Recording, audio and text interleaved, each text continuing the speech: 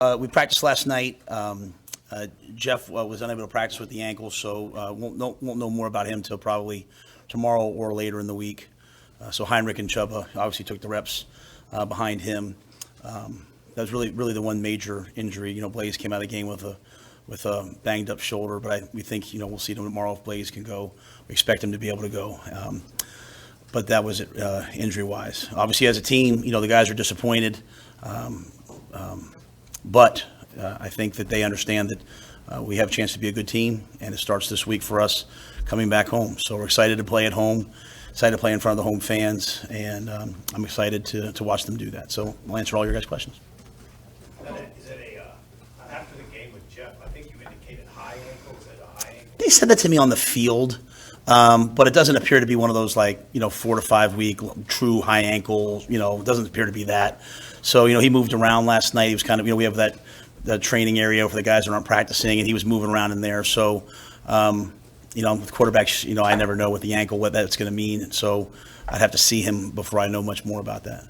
Coach, with Jeff kind of up in the air, how much of a gap or lack thereof a gap is there between where Jeff might be at and where Heinrich or maybe Chubb are at? I just leaned back on kind of what I said at the end of training camp, that I felt like we could win with Chuba, and I felt like we could win with Heinrich. They both can run, so we can maintain some of the things that we're doing quarterback run-wise. I think some of the plays we've called have been quarterback draws, and maybe they've been seen as like a scramble, but we've called some quarterback draws that those guys can execute at a high level. So I think both those guys can run the offense. Obviously, right now, with where we're at right now, the offense isn't doing what we want it to do in general. So, I think all of us, as a team, have to be better on offense to have a chance to win games. But I have a lot of confidence in both those guys, and I think they both bring unique skill sets to the table. Just to be clear, though, if Jeff is able to go physically, will he be the starter? I'm going to see him practice first. You know what I'm saying? Jeff's our starting quarterback. So if this hadn't happened, he'd still be out there. That being said, we can't keep turning the ball over. Okay, so there's that fine line of, and not every, when you're the quarterback, not everything's your fault. They snap the ball and it hits a guy in motion. Sometimes that's the quarterback's fault. Sometimes it's someone else's fault. So this is a top down, starting with me. Hey, we have to be better. We can't be -8. And that goes without saying, right? It's just that can't be in our building, not out there in the world. That can't be the only narrative, in our building. In our building, it can't be, we're just turning the ball over. It's 13-7 with 6 minutes left to go in the third quarter, and we lose 36-14. That's not acceptable either. So we're asking everyone just to get a little bit better, But all that being said, Jeff's our quarterback, but Jeff also has to protect the football. When the ball's in the ground, things are going to happen, especially on the road. We have to dive on the ball and just hold the ball there. So I'm obviously not getting that point across. I'm going to get it across to everybody as we move forward. But I don't know what he looks like, so I just don't want to comment too much. If he was 100% healthy, I'd have him out there with the ones. How do you practice that, though, diving on the ground? Is it this effort? How do you work on something like that? Yeah, so I look at it and I get upset about it, right? Why do we not jumping on the ball? And Ron Brown has been a tremendous kind of mentor to me here. And, I go out to practice every night. Coach Darlington's out there, watches practice. And Coach Darlington will talk about, hey, we had the punters and kickers tackle. Coach Osborne came to practice last week. And so I listen to my mentors and my elders, and Ron's one of those. And Ron said, Matt, we're all sitting here saying that why didn't Jeff jump on the ball? But every day in practice, if the ball's on the ground, what do we tell Jeff to do? We tell him to get out of the way. And he talked about a play in the Super Bowl a couple of years ago, and Cam didn't. Cam Newton's the most amazing competitor I've ever been around in my life. My life was changed by being around Cam Newton. Okay, so Jeff's a competitor. So Ron's point was why don't we practice that? Why don't we practice having the quarterback dive on ball? Obviously, we can't do it in the flow of a team period. Or I was at Penn State when Kerry Collins, as a sophomore quarterback, dropped the snap and went down to pick it up, and a defensive lineman broke his hand, and all of a sudden he was out for the year. So Ron's point was we should be training that. And I've never thought about that. I haven't had that problem before, but my job is to fix the things that are happening. So I know Jeff would never not go get the ball. I just think Jeff tried to reach down because he wanted to make a play. The kids want to win so badly, but it's hey guys, it's the ball's on the 32-yard line. You know what I'm saying? Let's just dive on the ball. Let's kick the field goal and let's go up 3-0. So We're learning how to win. It's painful right now. It's painful. It's painful. It's painful. I get it. Everyone's painful, but we're never gonna waste a crisis. You know what I mean? We're not gonna waste these losses. Like we're gonna learn from it. Just to clarify, after the game, you said that Chuba hadn't been feeling like himself because of a tweak. How is he? Yeah, I just saw him this morning at breakfast. I sat down, talked to him. I said, "Are you ready? You ready to go? Ready to go?" He said, "Yeah." And so he had kind of like a little tweak of his groin about a week and a half ago. Good enough that he could play, but he hasn't been full speed, if that makes sense. So it could be like the emergency third. And I think that was in reference to the question of who would be the two. Chuba's been doing this to me, so I think he can bring a lot to the game. But that's why he would have been the third guy going in. He went in just because Heinrich lost his helmet. Heinrich's been taking all the 2 reps with Chuba kind of being a little bit limited. He told me today he feels good, so we'll see how the week goes. What do you set for expectations team-wide this week and in general for the rest of the non-conference season? Obviously, up to 2 games. Yeah, I mean, again, like this is kind of what you get when you hire me. You know what I'm saying? Like this is what you kind of get. Like it's not going to be a quick fix. It's not going to be overnight. It's going to be, we believe, built to last. It's going to be built on rock. And so we take advantage of these. We take advantage of these painful moments. We sit there and want to say to our goal right now is to say to ourselves as a coaching staff, in 3 years, we did our best coaching these weeks. So I understand if there's frustration. I understand if there's but we're trying to learn how to win. You know what I'm saying? We're trying to learn how to win, and that's everything. So obviously, can you turn the ball over 4 times to win? No, I get that, right? But why are we turning the ball over? Why? I take accountability to the guys. I did a poor job last week of preparing for the crowd noise. I didn't do a good enough job, and that's not an excuse. That's me, honestly. I hate when coaches get up here and say it's on me. I honestly did not do a good enough job. Because why? Because we were going on silent and we fumbled the ball twice, right? But why aren't we just diving on the ball? Because the guys want to win so badly. So we want to win so badly, but we're just not doing the little things it takes to win. But at the same time, it's 13-7 with 6 minutes left. I'm going to keep saying that. That can't happen. You know what I'm saying? That can't happen that it becomes 36. And so we're just trying to attack it all throughout the program, that everybody sees it. We can't punt the ball 25 yards. We can't, all these little things come together. But if program-wide, if everybody takes accountability, blocks out the noise, and everyone tries to handle these little things, when it all does come together, because I think we're playing pretty good defense at times, and we're running the ball okay. If it all comes together, I think it'll be pretty hard to deal with, right? Because we'll be running the ball for about 250 a game. We'll be protecting the football, good on special teams, good on defense. So that's the plan. It's just not all together yet. So we're going to face an excellent team that came here in 2017 and won. Northern Illinois is a winning culture. Programs are either winning or losing programs, in my opinion. And so Northern Illinois is a winning program led by a man who won there as a player and is now winning there as a coach. They went to Boston College and they won the game at Boston College, beat an ACC team. Obviously, they played a rivalry game last week. They lost the game. They turned the ball over 3 times. They've got a quarterback who's, Power 5 quarterback. They've got a tough offense. You should see their D-line. It's as good a D-line as we faced. So I'm not setting anything for anything other than I think we have a good team. We're doing things that are causing us to lose. We have to fix those things. It's just so incremental to me that I'm just right here in the moment right now. Turnovers aside, how many yards did you feel like your offense left out on the field related to explosive plays in Colorado? How do you guys get more, whether Sims is in the game or not? Yeah, I think we had. I can't remember if it was 4 or 6 plays of over 20 yards. Now one happened at the end, but still, we're going to play. I think when I look at it, okay, because we're just not in sync offensively, and I 100% blame myself because we're really good on defense and we're really chaotic on defense. And I think if I would have planned this out better in my brain, I think our offense just never quite gotten rhythm in camp because they're always kind of reacting to the blitz. We had 8 sacks and could have had 12 or 13 versus a really good offense. So I think we kind of became very reactive in camp, and we didn't start off with an FCS school and get our rhythm, right? We started off with Minnesota, a top 10 defense, and then we went to Colorado and played in that. So So we're just trying to find some rhythm. So I don't know if I'm answering your question other than it's not just the turnovers. We're not playing well enough the way that we want on offense. But I saw some flashes. I saw Billy make some plays, and I came out of it like, hey, we got to get the ball in Billy's hands more.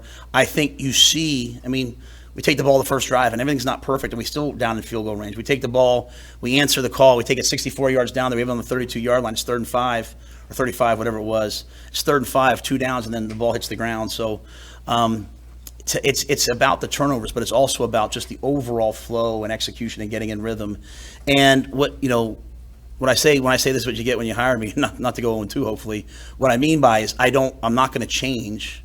We're going to double down on our process. We're going to double down on what we're doing. We're not going to just be like, oh, maybe we should do this. Like, it's working in some areas. Some other areas it's slow. We're just going to keep staying with it. So I don't know if I'm answering your question, Sam. I think we could have had some more plays, but you got to stay on the field, right? You got to get some points. And I think once that happens, we'll get a little more confidence on offense. And I think you'll see the guys playing with a little more swagger. I don't want to talk too long, but I do want to say this. Along with Billy, I thought we saw Fedoni start to be a factor in the passing game. So I think we're seeing some guys kind of step up, and I just have to do a good job as the head coach of just pushing the guys through till we get to the other side of this. Obviously, the situation when Heinrich came into the game was different, but how do you evaluate the way he played on Saturday? I thought the moment wasn't too big for him. What I loved about what Heinrich did was 3 times he had a guy blitzing and hitting him in the face, and he stood in there and threw it. And that's the courage that we need. I thought he looked excellent running the football, which we knew, but I was happy to see him. Even he threw the post to Marcus, which was incomplete, but he knew where to go with the ball. So I have a lot of confidence in Heinrich. We can ask him this later this week, I assume, but is your OC confident just throwing it over the top and receivers getting behind guys? Because there haven't been a lot of long passes. Or is Jeff confident of just going over the top and trying to get a 50-50 ball? Yeah, that's a great question. Okay, we called a couple of them in this game, and they just played kind of off of us. And one, he turned and found Borkature, and Borkature got a first down. We called some play action plays in this game, and they pressured us and they blitzed, and the quarterback had to get outside. One, he scrambled to hit Billy. So I would say we have to be a little bit more aggressive, probably pushing the ball down the field. But at the same time, when we call them, we have to execute them a little bit better. So to me, I think several things can be true. The turnovers are one thing, and that's so obvious that we all know it. But then kind of what you're saying, some of the other explosive plays, when we're running the ball, kind of the way at times we're hit, we just need an explosive play off of that. And so, Marcus to me looks like he's rounding in, he didn't practice all training camp, with first the hand, then the knee. Marcus looks like he's coming around. Really would like to see Jalen and Malachi kind of come around this week. We're playing them, so it's their time to go. And but I'd like to see us be a little more aggressive in those areas. Are any of the other freshman receivers close to being in the picture, like Jaden Doss or anything like that? Yeah, Jaden has that broken arm, so he's back to practicing this week, but limited. You know what I'm saying? So I don't know when he'll be ready. When Jaden's ready, I think he'll play. Fleeks, I think Fleeks has really come on, and so he'll help us this week. Jeremiah Charles is coming on. We have a kid from right here at Lincoln High that walked on for us. Kenneth. I think Kenneth can help us, but they're just kind of waiting for their time, if that makes sense. Bryce Turner, those guys are waiting for their time. So Jeremiah probably the closest, but I think our receivers it's going to kind of click. I really believe that. I think again, just staying on the field and getting into a rhythm will help our offense. Those reps that you give those freshman receivers like Malachi and Jalen when they've been on the field, what kind of stuff are you looking for them to do outside of making big plays? Like, what do you need to see on film to increase their opportunities? Well, their opportunities will come based upon the week, how they prepared during the week. They're still freshmen, and they're still learning. Part of it is about being a second team receiver is if you really want to play, you have to kind of back up 3 positions, and so you have to really kind of know a lot, and they're just not there yet, so they're kind of backing up 1 position. We took advantage of Jalen's skill set in the first game by getting him the reverse. Didn't get anything like that called this week. But I think Jalen Lloyd can play. I think Malachi can play for us. It's just, again, if we're playing 55 snaps, they're not going to play probably a ton. We'd like to have a game where we play 70, 75, 80 snaps so we can get them on the field a little bit more. But they have to have really good weeks of practice, preparation. We take a test on Friday. That test has to be excellent. the guys that are freshmen that are playing really well, the ones that came in mid-year, like Cam Lenhard, Prince Will, those guys that came in mid-year, they went through the culture, they know everything. When you see the way they're playing, other than Riley, you see the way that they're playing, the process works. It's just, some of these guys are just a little later to the party at that position. Riley, four-game guy? Or- No, Riley's going to play for us. Yeah, Riley's going to play for us. We got Sua in. To me, the way, we're going to do everything we can to win now, always. But the way you build the program to have is taking advantage of guys for 4 games at a time. So we got Sua in there a little bit this game. Remains to be seen if he's a 4-game guy or not. It's good to get him in the game. But Riley's going to play this year. How promising is that freshman D-line class, and even the judo guy, Waylon's a second-year guy in college? When you look at that, I think 3 of those guys were on the field at one time, all freshmen, just to be able to be that far ahead of some of these guys. Yeah, I told you guys I really liked the D-line group, and they're really coming along. And that, like I run the defensive scout team, trade team. That's one of my jobs at practice. I mean, I like those guys that aren't really playing yet. I like Leslie. I like Mashake Shack. I like all those guys. So they're all going to play at some point. So, I hope you guys feel like I'm honest with it. Like when you guys would ask me about the D-line depth and training camp, I'm like, I like it. I think I like those guys. I just think that some of them are young, but that's going to be a strength for us for a while. You look out there, Mekhi Bear, a lot of those guys are, they're showing up and they're playing. We kind of made the transition. Jamari's back, so we let him play D-line instead of the jack position in this game. So I think we have a lot of guys that can help us. I think we recruited a good group there. I feel the same way about the receivers. There's just a lot more to know at receiver than there is on D-line. So it just takes a little bit longer. Again, it's just not going to be we're not going to do quick fix things. We're going to develop the guys. Malachi is going to be one heck of a player here. Jalen's going to be one heck of a player here. Jeremiah Charles is going to be one heck of a player here. They're going through the process of becoming a good player. Dwight Boodle got in the game and played. I just met with Dwight earlier today. Dwight Boodle he's going to be a fantastic player for us. And you know what? He got in against Colorado and played a little bit, played a couple snaps. Like, he's going to continue to accelerate. So I think there's a lot of young players. I do want to make sure I mention one guy, if it's okay, like Kobe Bretz. Kobe Bretz got in that game, and he's coming on. So I'm excited about a lot of the young players that are playing. This was not an easy way to start. Not the record we want, but I see some things from some of those guys that tells me they're going to be really good. How tricky is it, or is it not, to manage the 4-game rule with certain guys? Like, are you looking ahead at the calendar, like, we would like to use him this week, maybe we'll save him for later? How do you play that with the 4-game rule? That's my job. I have to do a good job of that. I think it's just very simply who can help us win and who can't. Does that make sense? So if they can help us win, we play them. It's not like we're trying to prepare for the future. That'd be a terrible message to send to the Reimers of the world. It's just we're not going to waste guys in games, if that makes sense. Like Boodle's playing, and Boodle's playing this year for us.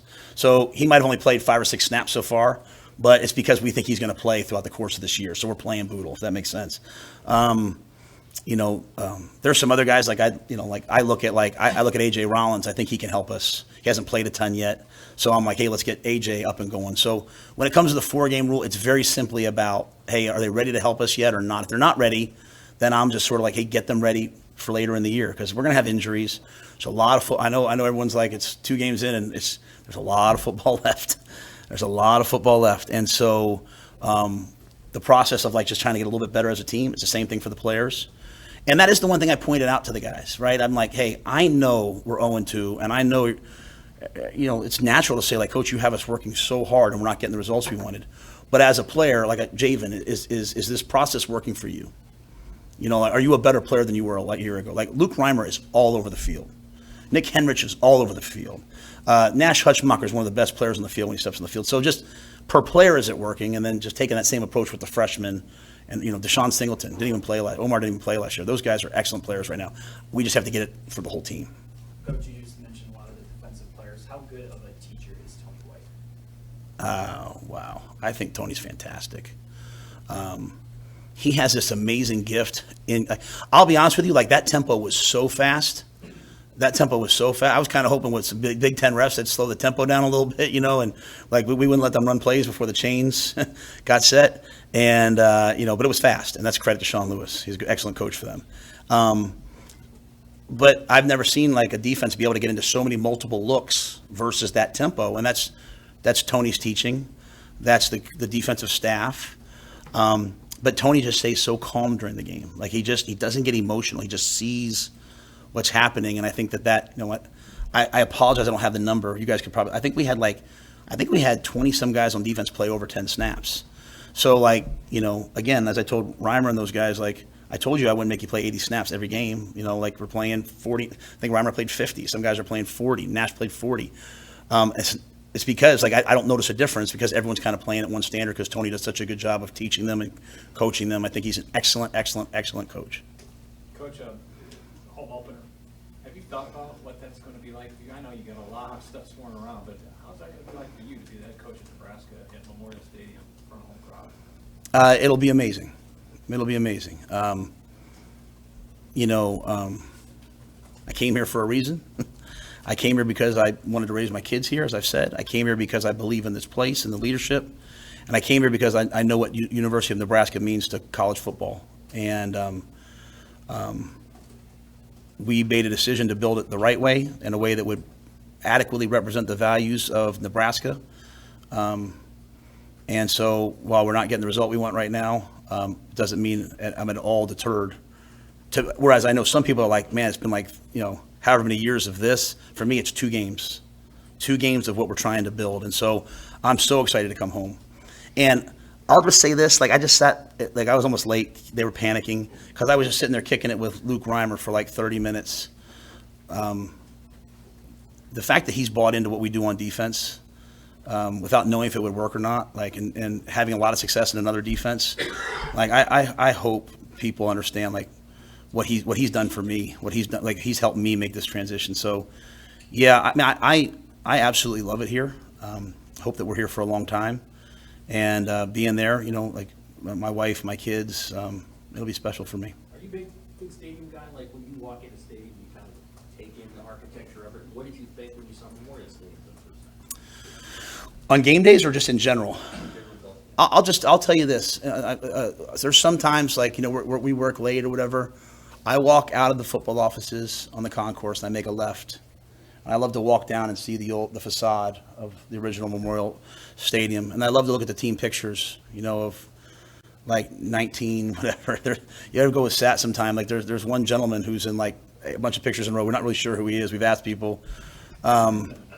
But he looks like the most interesting man. If you go see, if I'm ever walk with you, I'll show you guys. But, and again, that's why I'm saying what I'm saying right now in the way that I'm saying it, because I want our players to hear it. There's a right way and a wrong way to do this. And what it means to be at the University of Nebraska, the history, the tradition, like we have to do everything in accordance to the way this place was built. It was built on a solid foundation. And so that facade still stands. Like that, the original stadium still stands. The original seals are still there. And so, yeah, so I love college football. Like I love being on game day. I don't really pay attention to it. Like, you know, Keith asked me about the Flatirons. I was like, I didn't even notice. Like, but being at Memorial Stadium and coming here the first time, you know, was this. I mean, not in this job. You don't get to go visit places very often. We came here and you pull in and you see PBA and you see Memorial Stadium. You see the city of Lincoln and you're like, man, this is a special place. You were probably aware that, speaking of stadiums, that Colorado, some players, they took some offense to you guys going out to the middle of the field before the game on Saturday. Any thoughts from you, or is it something you guys did in Minnesota, something you typically do at the start? We do it every stadium. We go there, we pray for blessings. When they came in, I asked them if they wanted to, I asked Shedeur if he wanted to pray with us. You know, I mean, I pray over every, you know, I'm a public official, but I can have my own faith. And I say pray, we take a moment of team, like, you know, it's we have Muslim guys, we have non-believers, we just take a moment as a team and just, I want that field to be safe for everybody. You know, at the end of the game, no one's going to tell me who I am. You know, at the end of that game, they told me, hey, we're going to run right off the field, and they're going to storm the field. And I said, absolutely not. Absolutely not. Absolutely not. I don't care if I get beaten up by a mob. I'm running across that field, and I'm shaking Coach Sanders' hand. So no, people can say what, you know, when you're losing, people are going to say all kinds of things about you. I know exactly who I am. I know exactly who I am, and I'm coaching this team with class, and I'm not changing. And I went over there and I shook that man's hand. I whispered in his ear, and I've never disrespected an opponent a day in my life, and never will. So, sure. Something a little off topic. 9/11, University 9/11, which we touched on. Well, I grew up in New York City. Okay, I grew up taking the subway to school. It's my home. I've had many homes, but it's one of my homes. My father was a minister, and the church that he had two jobs, but he was a teacher, a high school coach and teacher, also a minister, was down downtown. So my school field trips growing up were going to the World Trade Center, So I was at UCLA when that happened. I was driving to work. I remember hearing that. So it's obviously something that's affected my friends, my family. So it's, I don't have much other to say other than that. Just, it was my home, and my home was attacked, and, it's, father, his name's gonna, oh my gosh, I'm embarrassed. My wife will kill me. The Catholic chaplain that passed away in 9/11, Father Judge or Father, well, my wife's sister passed away on TW 800. Which happened soon before that. And so my wife and I, my wife, it was just when I first met her, but my wife went through all that. And so Father provided tremendous comfort to my wife and her mother and her father, who are now since deceased. And then when he passed away, just the impact that he had. So I think, you go up in New York City, you take the subway, people are a little bit rude. You don't really say hi to everybody every day. But then something like that happens, and you see these amazing people who work for an average salary, go running into burning buildings to save people's lives. And I'm so sorry. My wife would be so upset with me that I can't remember Father's name, but he passed away on that day. And so, I'm probably not giving you a great thought because you caught me a little bit off guard, but it is personal to me. But yeah, that's my home. And so, something that we should never forget. Any other football questions? I feel like I went out on a dark note there. Anybody? The last two questions. I have this. So you've been the Northern Illinois coach this week, right? You were a Group of 5 coach trying to upset Penn State and Notre Dame. What goes through the mind of a coach when they're in that position this week, where they tell their players, what did you used to think about when you were trying to go into another stadium, a Power 5 stadium, win a game? The scariest thing in the world is a team or a man that has nothing to lose. And right now we're playing sometimes as a team like we have everything to lose because they want to win so badly. And afraid to lose is afraid to win. Okay, the owner of the last team that I worked for, that's one thing that David Tepper taught me. He would tell me all the time, afraid to lose is afraid to win. And it's a message I'll carry forward in my life. Today's actually his birthday, and so that's a message that I learned from him. Afraid to lose is afraid to win. And again, our guys want to win so badly that they're afraid to lose right now a little bit. And so, when I was at Temple, we were playing these teams, and we had nothing to lose. We're going to go back to our conference next week, so let's go play this game. I just think for us, we don't play the Big Ten game again for 3 more weeks, so we're playing a lot, expectations and this and that, what a gift we have coming off of last week to go play this game. So, but that was the way I approached it. And again, Northern Illinois has a long history of going in and beating people because they've got really good players, and they come from a fertile recruiting area. They've got a cool system. So we're going to have to play really, really well to have a chance to win. All right, thanks, guys.